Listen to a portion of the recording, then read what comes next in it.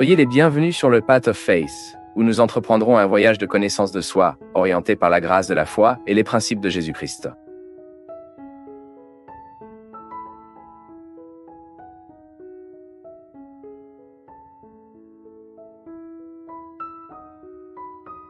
Dieu nous a amenés ici, mon peuple, avec un but. Nous ne pouvons pas vous décevoir. Parfois, je continue de penser que s'il y a quelque chose que dans la vie, nous comprenons que cela mal. C'est la joie. Avez-vous observé à quel point nous sommes superficiels pour comprendre la joie? Lorsque vous entendez le mot joie, qu'est-ce qui vous vient à cœur? Quelle est la première image qui vous vient à la tête lorsque vous entendez le mot joie? Une bouche pleine de durcissement souriant, non? Ou quelqu'un raconte une blague, un cirque, non? Notre compréhension de ce que nous appelons la joie est souvent peu profonde.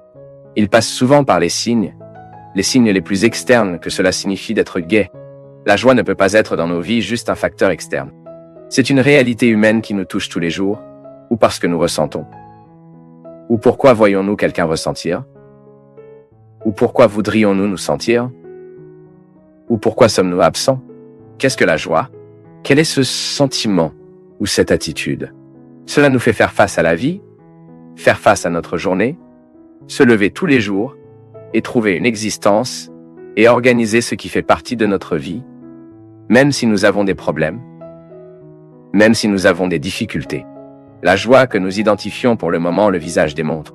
C'est la première nouvelle que nous pouvons avoir d'une personne heureuse. C'est quand vous la regardez et réalisez le sourire. C'est une façon superficielle d'analyser la joie. Mais c'est là. C'est un signe qui peut indiquer la joie ou non. Réjouissez-vous dans l'espoir. Comme ça, comment puis-je pousser la joie de l'espoir? Ensuite, vous avez un engagement implicite et que nous voulons expliquer maintenant. Vous n'avez que le droit de sourire, celui qui a vraiment préparé les raisons du sourire.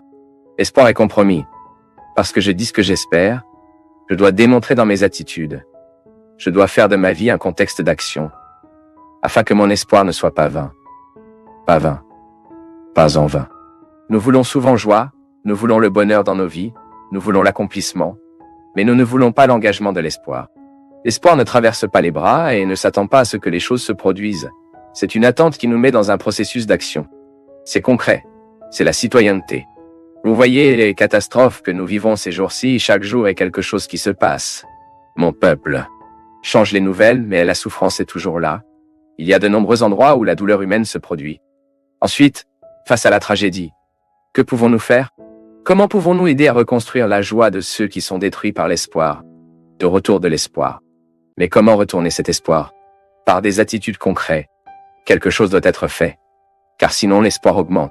Elle ne touche pas. Elle n'arrive pas. Elle ne nous convainc pas.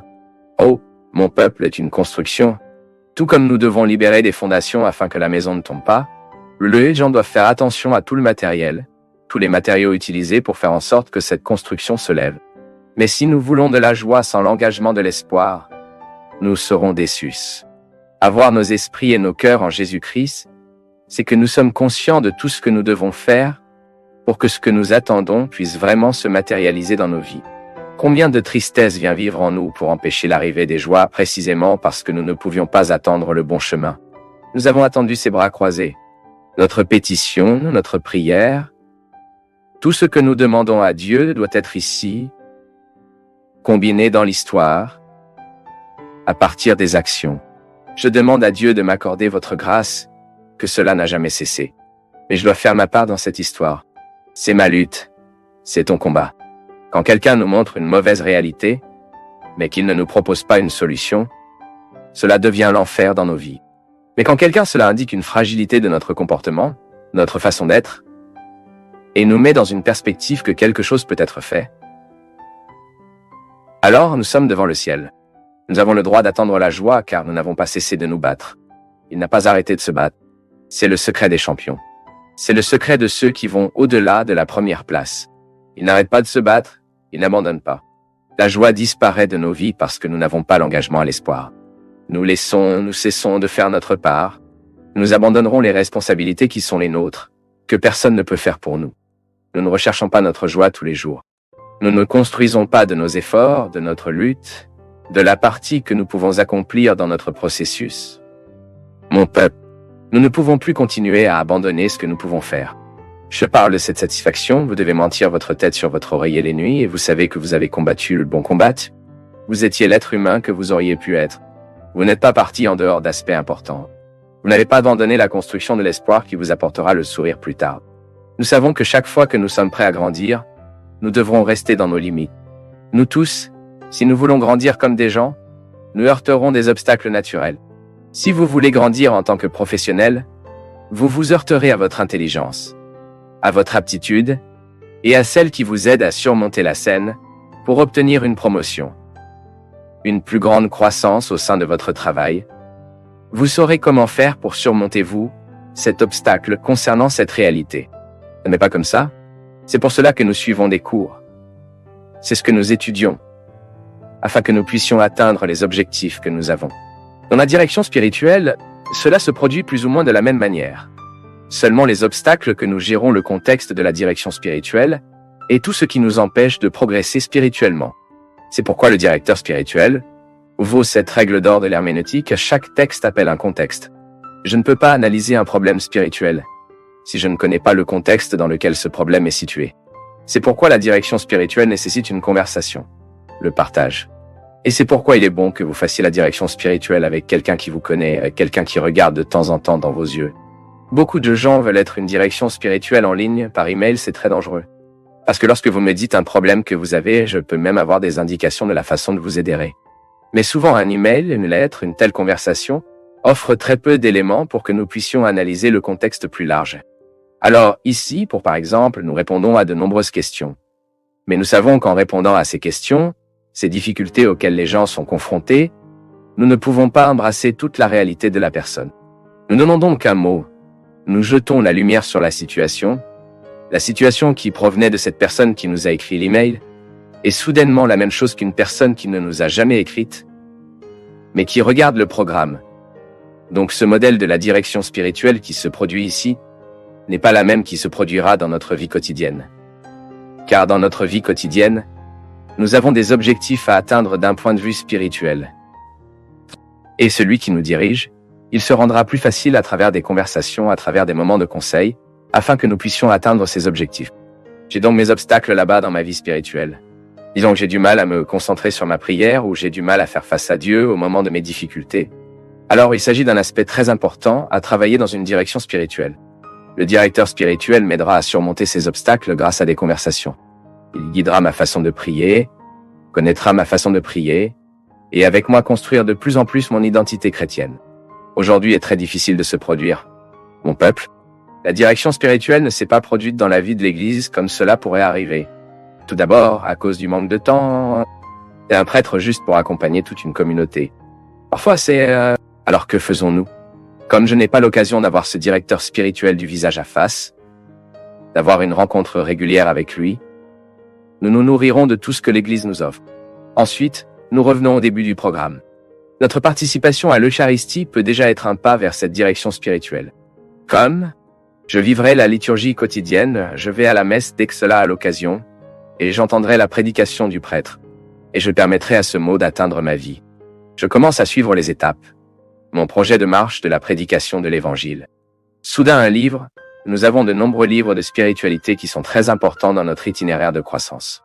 Et puis, vous avez consacré les auteurs de spiritualité. Saint Jean de la Croix. Saint John of the Cross a de belles œuvres sur cet itinéraire spirituel. Teresa d'Avila. Saint Thérésina de l'Enfant Jésus. Plus tard cette semaine, nous nous souvenions d'une œuvre classique appelée Your Face, d'Ignace Larranaga. Ignatius Larranaga a appris à beaucoup de gens à prier dans ce monde. Il enseigne également car il est vivant et a tout son travail là-bas. Beaucoup d'entre nous ont été formés d'un point de vue spirituel avec les influences d'Ignace Larranagan, avec ses œuvres, avec ses écrits. Donc, vous voyez, nous devons chercher de l'eau propre afin que nous puissions étancher notre soif. Je le répète, rien ne remplacera notre vie dans l'Église. Rien ne remplacera notre promenade des chrétiens, notre vie dans la communauté, notre vie quotidienne, dans notre participation et notre expérience de la foi. Nous avons maintenant les parallèles qui nous aident aussi. C'est l'environnement, non? Un livre que vous lisez, un auteur que vous connaissez est sérieux, qui prend cette mission pour guider les gens du point de vue spirituel qui nous indique des moyens. Car parfois je lis un livre et Dieu met ce livre dans ma main, n'est pas de lire tout ça. J'ai besoin de tout lire pour que je puisse atteindre cette partie que Dieu m'avait réservée. Combien de fois avez-vous ce sentiment, non? C'est lire le livre. Et soudain, cette phrase est tout allumée sous vos yeux. Et vous avez ce sentiment clair. J'avais besoin de lire cette partie.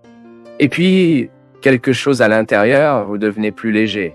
C'est comme si vous l'avez fait, à traverser l'occasion d'être retiré de cet obstacle qui vous a autrefois blessé. Vous voyez, la direction spirituelle se produit comme ceci. Donc, parfois, dans le programme, où vous avez gagné la clé pour interpréter ce problème que vous avez eu et que vous ne pouvez pas l'interpréter de la bonne façon en écoutant parfois ce que je disais à quelqu'un d'autre, vous découvrez quelque chose de très important qui vous aidera dans une décision dont vous avez besoin ou quelque chose que provoque en vous une joie, une volonté de vivre, que vous avez le sentiment clair que c'était la voie de Dieu dans votre vie. C'est une direction spirituelle.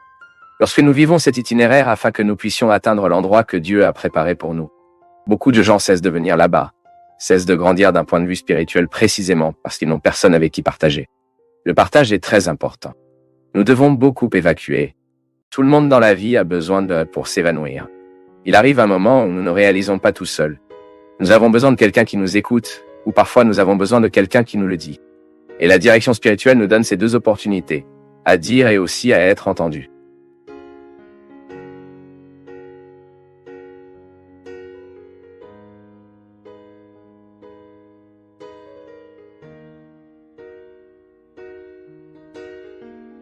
Je trouve ça intéressant, Ziza, parce que ma propre vie est mon propriétaire. C'est toujours la vie, non? C'est le propriétaire qui amène ça, non? La vie elle-même fait le mouvement pour nous apprivoiser. Quand vous vous rendez compte que... Trop. Lorsque vous commencez à vivre la dynamique du temps. Vous qui nous regardez, écoutez cette conversation, j'espère que vous vous y incluez, car tout cela parle également de votre vie. Lorsque nous vivons la dynamique du temps, lorsque nous comprenons le temps que nous avons, nous devenons naturellement plus dociles. Je pense qu'il y a un mouvement d'acceptation dans l'âme à la maturité qui arrive. Ce qui n'est pas une acceptation qui est la soumission aux choses que je ne peux pas changer, mais c'est une acceptation. C'est comme si je faisais la paix avec ma situation. Je suis allié avec ma circonstance d'une manière ou d'une autre. J'accepte. Et je comprends qu'en acceptation est une soumission à ce qui est divin sacré. Que cela m'aide tellement parce que beaucoup de gens, par exemple, me demandent comment je peux faire tant de choses en même temps. Je pense toujours que je ne me bats pas avec eux tous. Vous ne restez pas... je pense qu'il y a une chose à pacifier au fil du temps. Au fil du temps, nous n'avons plus d'attentes qui nous ont provoqué une discussion avec les choses de la vie, les gens, les circonstances, avec la réalité, avec moi, avec mon corps, avec mon biotype. Je pense que le temps m'apprendra à vivre une vraie paix concrète et intégrative. Et à la porte de mon vrai bonheur, c'est là que je suis en paix. Donc je n'ai besoin de rien. Cette histoire de la phrase de Martine, non, Valverde. Rico est celui qui a besoin de très peu pour être heureux, car c'est une personne intégrée. Riche en sens, non? C'est quelque chose qui... Comment la personne a-t-elle vécu cela? Mais je pense qu'il était un processus de maturation de l'âme et avait besoin d'élagage. Imaginez, Francisco, pour être le chef de tant de temps, il était aussi le fils de Thunder, une Teresa d'Avila, une femme forte. Quelle belle Francis a compris la pauvreté avec une légèreté qui ne nous est pas commune à trouver. J'ai déjà vécu le vote de la pauvreté, et j'ai déjà vécu avec des gens qui avaient un vote de pauvreté et qui étaient extrêmement amers. Lourd et pas pauvre. Non, précisément car il n'y a rien dans votre nom. La pauvreté est une relation. Il n'y a pas de compte bancaire, mais il a une amertume dans l'âme qui l'appauvrit de la pire manière. La pauvreté matérielle n'est qu'une conséquence, non? Parce que si je vis la pauvreté matérielle, je dois naturellement chercher la richesse de l'esprit, qui est la richesse de la coexistence, pour devenir une personne légère et agréable. C'est le sens, non? Vous n'avez pas grand-chose matériellement, mais vous avez un ensemble de richesses spirituelles intérieures qui fournissent tout cela, même vous rendant très cher à ceux qui ont différentes opportunités de la nôtre. Je me souviens combien de fois j'ai trouvé des gens qui n'étaient pas riches et qui vivaient mieux que les riches. Taille des opportunités, parce qu'ils étaient légers, ils étaient agréables. Et tout le monde voulait avoir autour. Il n'y a pas d'argent, mais elle est si gentille. Emportons-la avec nous. Nous la payons. Combien de fois dans ma vie ai-je vu cela? En raison d'une légèreté intérieure, sans rancune avec la pauvreté, cette personne semblait être très riche. Oui, et c'est vraiment riche. Une telle personne. Ça ne ressemble pas, non? Eh oui. C'est ce sentiment d'avoir tout ce qu'il a, ce qui est lui-même, tout le temps. Légèrement, simplement, non? Oh, je veux l'être. Dieu aide-moi. Dieu aide-moi. Demandez simplement. Continuez à lui demander d'être gardien. Et nous sommes conscients de ce qu'il garde. Parce que, quand je suis conscient de ce que Dieu garde, je tourne son partenaire dans ce garde. J'aime beaucoup cette expression que vous utilisez. Je pense que c'est de Santa Teresa. Pour télécharger la porte du château. Soulevez la porte du château. C'est le gardien de vous-même. C'est que vous avez la perception exacte de ce qui doit être poursuivi, ce qui doit être ouvert, mais ce qui doit être terminé et fermé aussi. Fermé, protégé, attendu, réduit au silence. Nous avons droit, non? Parce que parfois nous sommes éduqués dans l'Église que le chrétien doit dire oui et amen pour tout. Le chrétien vraiment fort, dit-il non. Tu te souviens qu'au plus fort de mes souffrances, cette crise que j'ai affrontée, tu m'as appelé pour offrir de l'aide. Et j'ai honnêtement dit, Isa, je suis à un moment où je suis toujours avec la porte. Je ne suis pas encore visité encore. C'est bon. Il est bon que vous soyez conscient de ce que vous êtes capable. Et vous ne vous violez pas. Et ne pas être obligé de dire oui, soyez libre de dire non, non. Dire non ne signifie pas que je ne l'aime pas. Précisément, ayez cet esprit libre et aimez. Léchez les blessures, non? Je pense mignon, j'ai mes enfants là-bas et je vois comment ils lèchent pour guérir. C'est un processus de soins les uns avec les autres. Et la métaphore de léchage des blessures, elle est très suggestive. Car c'est comme si je supprimais l'ensemble du processus infectieux. Donnez du temps, prudent, purgeant littéralement ce qui est excessif en moi, ce qui m'inflammait, ce qui est tonitruant en moi. Et que tant de fois fait de moi une personne insupportable pour les autres. Parce que l'une des préoccupations que je dois vivre avec une grande responsabilité, ma conversion est que je ne veux pas être insupportable pour les autres. Je trouve ça si mal quand je rencontre une personne insupportable, une personne difficile, que la première chose qui me vient à l'esprit est « les gars, je ne veux pas l'être ». C'est un bon début. C'est déjà un bon début, non? C'est un bon début. Nous, en voyage, nous sommes venus parler, eh bien, parfois des gens qui font une erreur à tel point qu'ils s'exposent, la façon dont ils s'exposent. C'est un signe pour nous, je ne veux pas l'être aussi. Je veux avoir le point d'équilibre. Je veux savoir jusqu'où il est juste d'obtenir, comment aller. Et c'est écouter, non? Écouter hardiment. Ces jours-ci, j'étais avec Augustin, là à Curitiba. Et il a dit, écoutez son cœur de courage. Il est sage. Mais vous devez entendre. Vous devez entendre avec courage et engagement envers vous-même. Parce que dans cet engagement, une terre fertile pour un engagement envers le vrai Dieu, non? Et je pense que nous ne nous occupons que si nous nous entendons. C'est exact. Vous devez vous entendre. Père Fabio, pourquoi était-ce le manque de miséricorde de Dieu? Non, parce que c'est peut-être le destin de chaque prophète de mourir sans voir la conséquence de la mission. Nous ne verrons pas toujours ce que nous avons planté. Nous n'avons pas toujours l'occasion. Parfois, Dieu nous donne une cuillère à café, comme c'est dit là au Minas. Nous voyons l'un ou l'autre résultat de ce que nous c'est le cas. Et c'est beau. Nous nous sentons même motivés. Mais dans le contexte des grands prophètes, ils ne voyaient presque rien. Moïse a reçu cette mission de libérer les gens de l'Égypte, et il a suivi tout le processus de faire rester les gens dans l'espoir. Mais il n'y est pas arrivé. Le peuple est arrivé, mais pas à Moïse. Avec cela, Dieu nous montre beaucoup de choses intéressantes. Parce que, en fait, le rôle du prophète est de garder la flamme de l'espoir. Les gars, c'est très intéressant quand vous vous rendez compte que la personne perd de l'espoir. Il est très intéressant de voir les conséquences désastreuses que le manque d'espoir a dans la vie de la personne. Là, dans le contexte de Moïse, il doit faire marcher les gens. Il doit faire arriver les gens. Et c'est ta parole, c'est ton témoignage. C'est qu'il en avance tout le temps et que vous avez là, si vous prenez la Sainte Écriture, vous verrez tout ce que cela signifiait dans la vie de Moïse, toutes les difficultés qu'il a rencontrées quand les gens ont commencé à construire leurs idolats. Il a dû réorienter le peuple dans la foi quand il a joué son rôle sacerdotal parmi le peuple dans la foi quand il a joué son rôle sacerdotal parmi le peuple. Et à chaque temps de ce processus de passage, il devait être aux gens dont les gens avaient besoin d'eux. Il a joué le rôle d'être cette présence qui n'a pas laissé Hope mourir. Aujourd'hui, je continue de voir, après, pour le peuple d'Israël, cette terre promise était un lieu géographique, car il n'avait pas de place. Un peuple qui n'a pas de place est un peuple qui n'a pas d'identité. C'est comme si l'ennemi, quelqu'un venait, prenait sa ville, et qu'il cessait d'être le sien. Vous avez été expulsé de votre maison, expulsé de votre terre, et pris pour être esclave ailleurs dans une autre ville. C'est précisément ce qui est arrivé au peuple. Les gens avaient besoin de la terre. La terre donnerait l'identité à ces gens. D'accord, c'est une géographie, c'est un endroit à venir, Mais la chose intéressante est de penser que la terre promise se déroule, et qu'elle n'est plus seulement un emplacement géographique. Chercher la terre promise aujourd'hui, c'est chercher l'endroit que Dieu a préparé pour moi. Disons que je suis en train d'escisser, de croiser. Pour obtenir Fabio, je peux courir le risque de mourir sans aide. Donc, Moïse ne s'est pas rendu vers la terre promise, mais vous pouvez être sûr que dans le rêve et l'espoir, Moïse a été le premier à marcher sur cette terre. C'est le beau. Vous n'avez pas besoin de matérialité.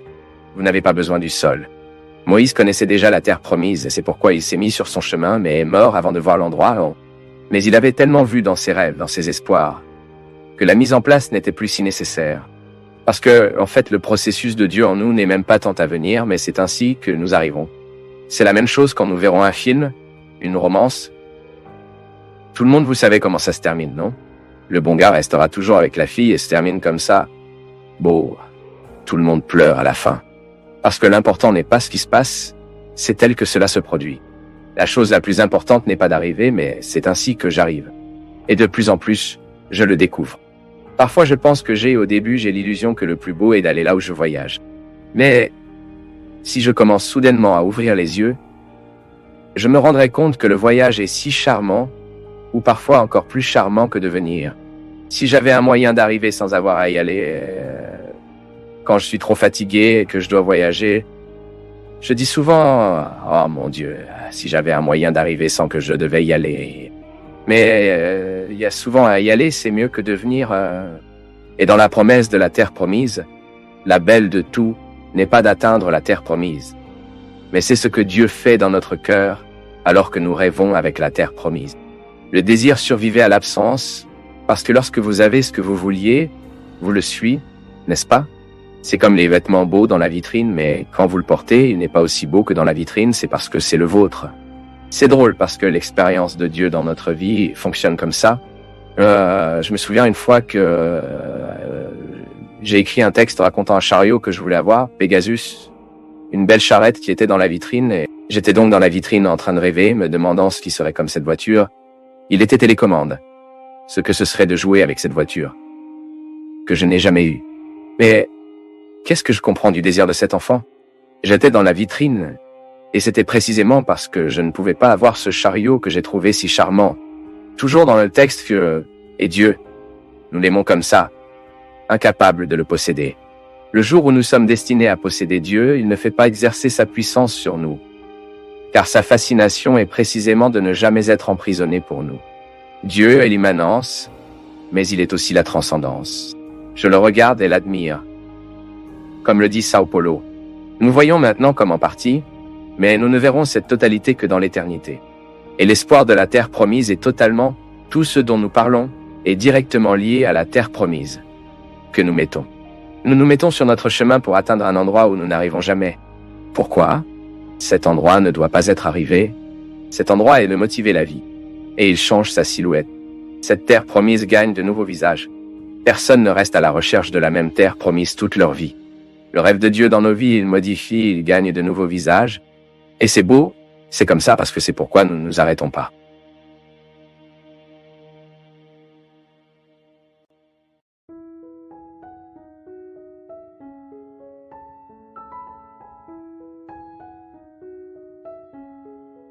Le père Fabio, l'insécurité, la peur, l'anxiété et le conflit intense entre la raison et le désir le plus profond de mon cœur sont des sentiments qui ont toujours fait partie de ma vie et qui m'ont causé de nombreux dégâts dans tous les domaines de mon existence. Dans le domaine de la famille, que ce soit dans le professionnel, dans l'affectif, et j'ai décidé que je voulais me libérer de tout ce prêtre. Je veux changer, je ne peux pas supporter autant de temps. Live en détresse, déprimé, confus et sans force. Tout ce que je fais dans la vie va généralement mal.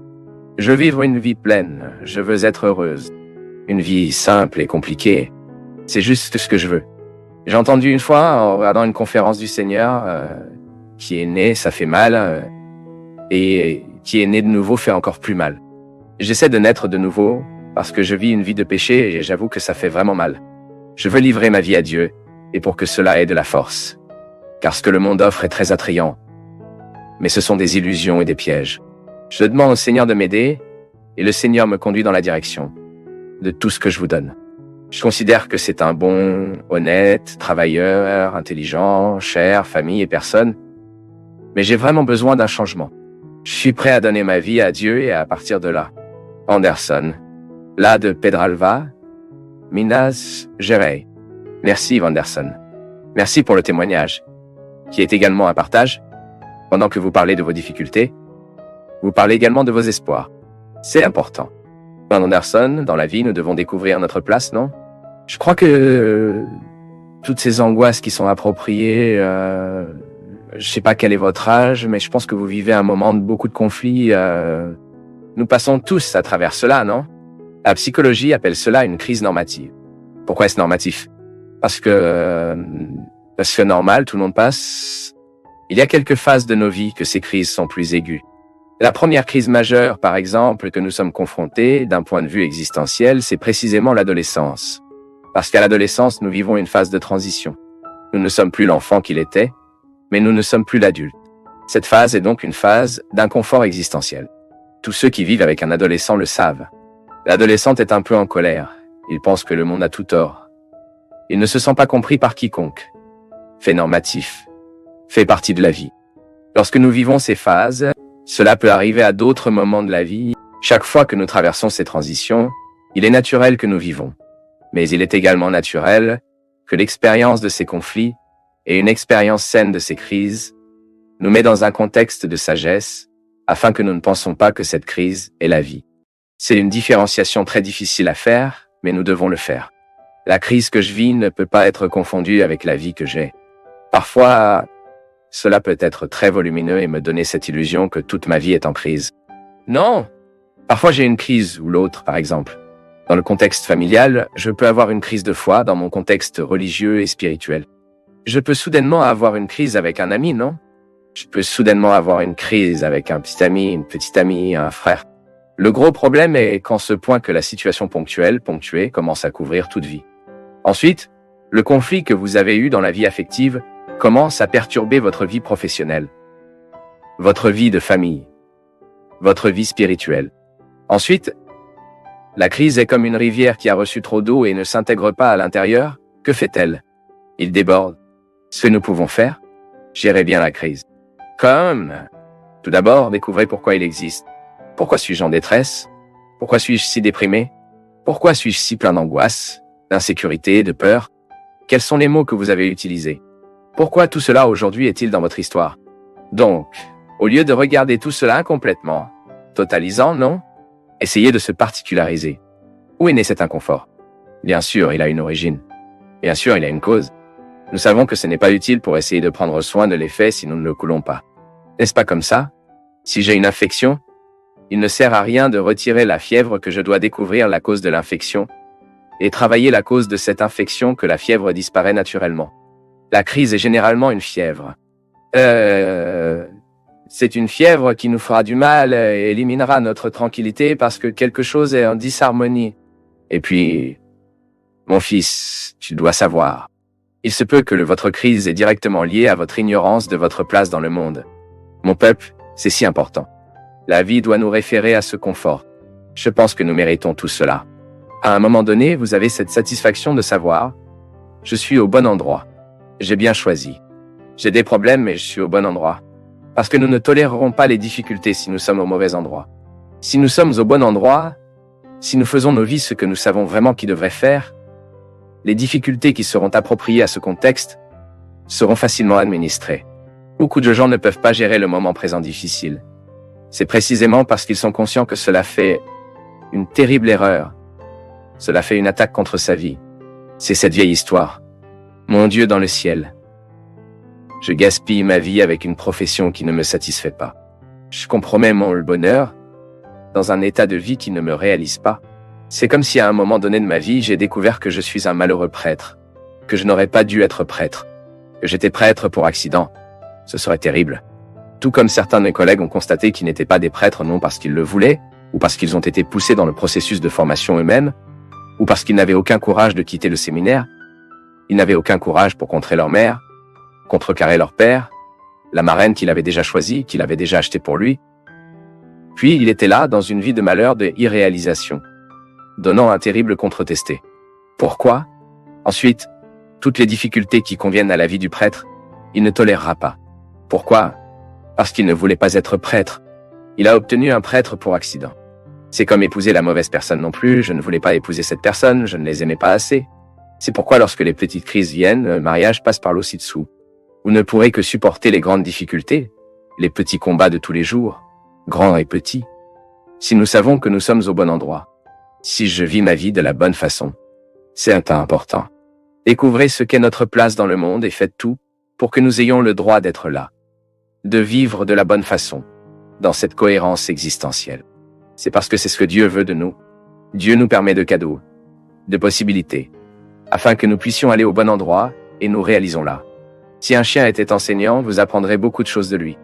Par exemple, lorsque quelqu'un que vous aimez rentre à la maison, exécutez votre rencontre. Perdez une occasion d'aller vous promener. C'est vrai, le chien est toujours prêt, non? Si la porte s'ouvrit, parfois, nous nous penchons là-bas sur le canapé, dans cette paresse, ronflant, fumant. Ne manquez jamais alors une occasion de marcher. Et le premier, quand quelqu'un arrive maison, courez pour recevoir celui qui est arrivé, tout comme le chiot le fait. Permettez-vous d'essayer le vent frais du vent sur votre visage. Montrez aux autres qu'ils envahissent leur territoire. Le chien est un peu en colère, non? Prenez un signe de tête au milieu de la journée, 15 minutes, et étirez avant de vous lever. Ceci, si nous le pouvions, le ferait tous les jours et tout le temps, non? Courir, sauter, jouer, profiter de la vie. Essayez de vous entendre avec le suivant et laissez les gens vous toucher. Ne mordez pas lorsqu'un simple grognement résout la situation. J'ai trouvé cette phrase géniale. Ne mordez pas lorsqu'un simple grognement résoudra la situation. Et la vérité. De temps en temps, nous devons donner un grognement pour nous rappeler que nous sommes vivants, non? Mais ils ne mordent pas très facilement. Ne perdez pas très facilement la patience. Un bon grognement sert déjà. Il résoudra déjà votre problème. Les jours chauds, arrêtez-vous dans l'herbe. Buvez beaucoup de liquide et versez à l'ombre d'un arbre. Je pense que tu devrais sauter cette deuxième partie, rôle dans l'herbe, parce que je pense que beaucoup de gens ne le feront pas. Buvez beaucoup de liquide, continuez à apprendre des chiens. Allongez à l'ombre d'un arbre. Si vous avez cet arbre avec une intimité pour vous allonger, je le recommande également. Lorsque vous êtes heureux, dansez, profitez et équilibrez tout votre corps. Comme nous n'avons pas de queue à balancer, nous devons balancer le corps. Ce mouvement dans la vie est trop important. Vous faites de l'exercice, vous avez une vie dynamique, non? À moins que vous n'ayez ce chien paresseux qui ne fait que lever les yeux comme ça de temps en temps pour voir si la nourriture est arrivée. Nous ne parlons pas de ce chien, n'est-ce pas? Le chien qui nous enseigne est ce chien agile, qui est toujours prêt à faire quelque chose. Ou pour regarder, protéger, être heureux, courir avec le propriétaire. Le chien paresseux ne vient pas ici. Peu importe combien de fois l'autre vous fait mal, ne vous sentez pas coupable. Revenez en arrière et rattrapez. C'est vrai, non? Le chien, vous pouvez le blesser. Il a toujours une réserve pour pouvoir offrir celle qu'il a blessée. En fait, l'autre jour, je regardais un petit email, une blague un peu méchant, mais je pensais que c'était bien, je vais vous le dire ici. Quelle est la différence entre votre femme et le chien? Quelle est la différence entre votre femme et votre chien? Tu sais? Non. C'est simple. Laissez simplement les deux verrouillés à l'intérieur du coffre de la voiture et ouvrez. Que vous recevoir avec joie. Laissez une deuxième seconde, environ 2-3 minutes. Lorsque vous ouvrez, vous verrez qu'il sera heureux de vous avoir trouvé. Ensuite, c'est le chien. Profitez du plaisir, d'une longue promenade. Oh mon Dieu! Les gars, combien de fois dans nos vies notre processus de conversion commencera-t-il à se produire au moment où nous commençons à marcher? Tout d'abord, la promenade est une purification de l'esprit. Je me souviens que quand j'ai vécu à Belo Horizonte, j'ai fait chaque jour de Saint. J'étais très fidèle à cette activité. Vécu près de Pampulha Lagoon, il y vivait à Jaraguá. Dans le plateau, plus précisément, et j'y marchais à Pampulha Lagoon. Même quand j'étais à Belo Horizonte la semaine dernière, je me suis souvenu de mes temps de marche. Vous savez que c'est à ce moment de 45 minutes, 1 heure, que j'ai fait toute mon hygiène mentale, que j'ai tout joué. Et marcher et permettre le vent de la fin de l'après-midi, à droite, ce moment de marche, ne pouvait pas seulement bien faire de mon corps, mais aussi bien à mon âme. Parfois, nous devenons trop lourds. Et quand vous êtes trop lourd, savez-vous ce que vous faites? Prenez une douche, changez de vêtements. Vous promenez environ 20 minutes. Choisissez un endroit plus silencieux. Si vous avez une voiture, prenez la voiture. Allez-y. Sinon, prenez un vélo. Choisissez un endroit pour que vous puissiez marcher seul, qui sait suivre un bon rythme pour travailler également le cardiovasculaire. Et là, à ce moment, vous aurez l'occasion de jeter votre excès. Cela fait très bien notre vie. Tous ceux qui ont l'habitude de marcher soit le matin, l'après-midi, le temps que vous pouvez, est toujours bon pour le corps et l'esprit. Nourrissez avec goût et enthousiasme. Mangez juste assez. Et la vérité, le chien, après avoir été rassasié, ne fait pas usage de lui offrir beaucoup. Il regardera, peut-être le plat le plus savoureux qu'il aura, et qu'il méprisera. Nous ne sommes pas toujours comme ça, non? Nous avons mangé, il y a un pudding, après avoir mangé toute cette huile, et l'huile sont déjà dans le sens du pudding et en déchirent déjà un morceau. Vous commencez déjà à manger avec des huiles, non? Ou, passez ce laitoura, cette pomme dans la bouche. Vous venez de manger votre steak grillé. Tous légers. Cette salade. Mais ensuite vous voyez cette pomme. La pomme dans la bouche de la lecture. Et en fait, vous voulez le lit. La pomme ne vous intéresse pas. Mais elle va ensuite. Fonctionne après le lit. Manger trop nous tue lentement, non? Alors nous devons également être prudents avec notre alimentation. Sois loyal. Soyez fidèle à vos amis, aux personnes avec lesquelles vous travaillez. Soyez fidèle même avec celui que vous avez trouvé pour la première fois. Vous savez, mon peuple, je l'ai essayé. Quelle est la qualité de la vie? Nous faisons confiance aux gens. Parfois j'ai trouvé cette personne, aujourd'hui, elle me fait un budget. J'ai besoin de son service. Elle a fait un budget. Je l'ai eu. À quel point il est bon de ne pas être suspect, non? Mais je dépends de la loyauté de l'autre. Si je saisis cette leçon, si j'apporte à ma vie, je veux être fidèle. Je veux être vrai. Je ne veux profiter de personne. Je ne veux trahir personne. Je ne veux pour tromper n'importe qui. Si nous prenons cet engagement, si nous vivons cet engagement, et l'autre aussi, le monde s'améliore. Quand l'autre est fidèle même avec celui qu'il n'a jamais vu dans la vie, c'est un budget. Et je me fais confiance. L'autre jour, je regardais un rapport à la télévision, non? Ils ont pris la machine à laver, à déchirer une petite chose là-bas. Une chose simple, un pig, à bouger et à commencer à appeler les techniciens. Donc, pour tester l'honnêteté de l'entraîneur, car quand vous ne le savez pas, je ne sais rien de la machine à laver, et je n'ai aucune obligation de savoir. Mais alors, cette entreprise ne fonctionne pas. Elle s'arrête. Nous la regardons et disons, « Maintenant, mon Dieu dans le ciel, qu'est-ce qui lui arrive ?» Puis, tous les techniciens qui sont passés, tous, « Ah, alors l'autre, ah, c'est probablement le courant de je ne sais pas quoi. » Tout cela était absurde pour la réforme. Jusqu'à enfin, un honnête est arrivé et a dit, « Non, votre lave-linge n'a absolument rien de mal. C'est juste ce pinot qui est séparé. Quelqu'un doit avoir décollé sans s'en rendre compte. » C'était une chose simple. Tous les autres secteurs avaient remarqué, mais ils profitaient de la situation. C'est triste. Je me souviens, selon le rapport, était plus de 8 malhonnêtes et un seul honnête. Et vous lui avez toujours demandé, « Combien dois-je au Seigneur ?» Il a regardé et a dit, non, rien, car il n'y a rien pour se préparer. Je viens de rassembler les 2 fils qui ont été désactivés. Dans la vie, c'est un prix inestimable.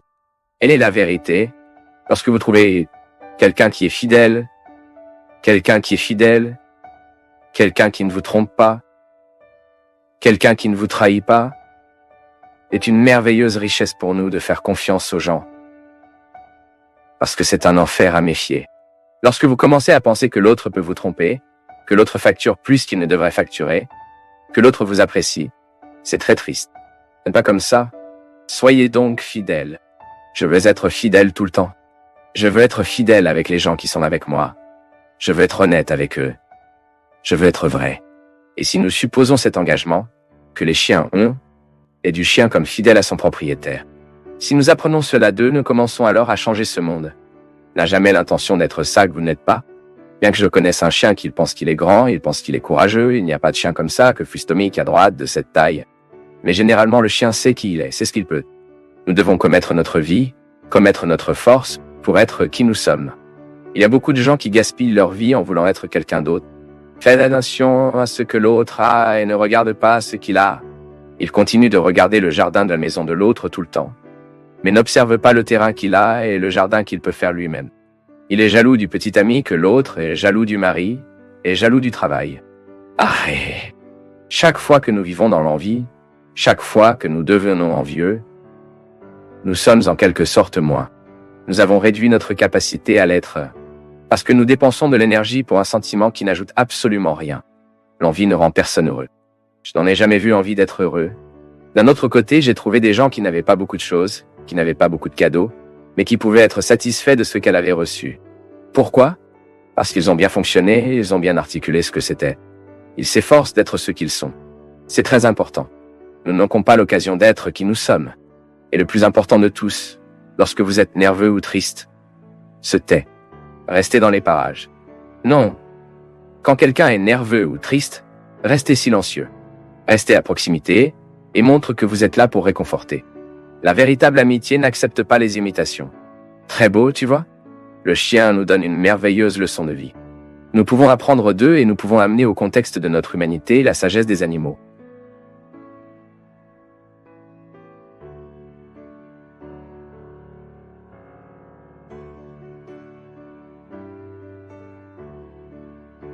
Pour nous du Path of Faith, c'est toujours une joie d'être avec vous en ce moment. Partagez vos perceptions sur le sujet d'aujourd'hui dans les commentaires, montrez votre soutien en aimant la vidéo et aidez à la partager en l'envoyant à vos amis. Abonnez-vous à la chaîne pour rester connecté avec nous et recevoir nos nouvelles vidéos.